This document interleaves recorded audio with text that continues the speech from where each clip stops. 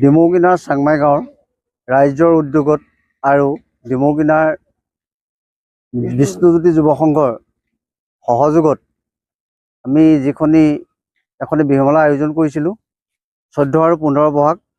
আপোনাৰ আমি মানে কি হয়, অতি দুখৰ বিষয় আমাৰ।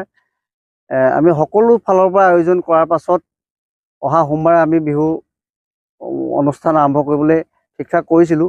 সেই সময়তে প্ৰাকৃতিক দুৰ্যোগ অৰ্থাৎ বৰষুণৰ কাৰণে আমাৰ যিডোখৰ ঠাইত প্ৰেক্ষাগৃহ ভাগি আছিলে, য'ত আমাৰ ৰংগমঞ্চ আছিল, সেই ঠাইখন পানীয়ে বুৰি যোৱাৰ কাৰণে, বৰষুণৰ পানীয়ে বুৰি যোৱাৰ কাৰণে আমি এতিয়া উক্ত বিহুমেলাখন আমি 8-9 মে আমি আকৌ পুনৰ আয়োজন কৰিবলৈ লৈছোঁ। আমি আমাৰ যিমান শুভাকাংক্ষী আছিল, আমাক যিসকল সদাশয় ব্যক্তিয়ে অৰিহণা আগবঢ়াইছিল, সহায় সহযোগিতা আগবঢ়াইছিল, তেওঁলোকলৈ আমি মিডিয়াৰ জৰিয়তে তেওঁলোকক পুনৰ অহা 8 আৰু 9 মে তাৰিখে আমি তেওঁলোকক আমাৰ এই বিহুমেলাখনিত উপস্থিত হৈ তেওঁলোকে সাফল্যমণ্ডিত কৰিব বুলি আমি আশা ৰাখি তেওঁলোকক পুনৰ আমি 8 আৰু 9 তাৰিখে উক্ত স্থানলৈ আমি আমন্ত্ৰণ জনাইছোঁ।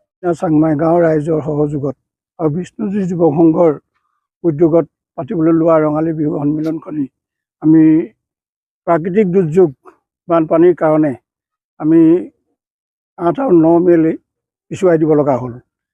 আমি এই চেনেলৰ জৰিয়তে আপোনালোকৰ সদৌতি ৰাইজক তথা আমাৰ যিসকলৰ লগত আমাৰ এই সহায় সহযোগিতা বিচৰা হৈছিলে সকলোটিকে আমি চেনেলৰ জৰিয়তে অতি দুখেৰে জনাইছোঁ যে আমি সময়মতে পাতিব নোৱাৰিলোঁ, যদিও নিৰ্দিষ্ট সময়ত আমি পতাৰ থিৰাং কৰিছোঁ।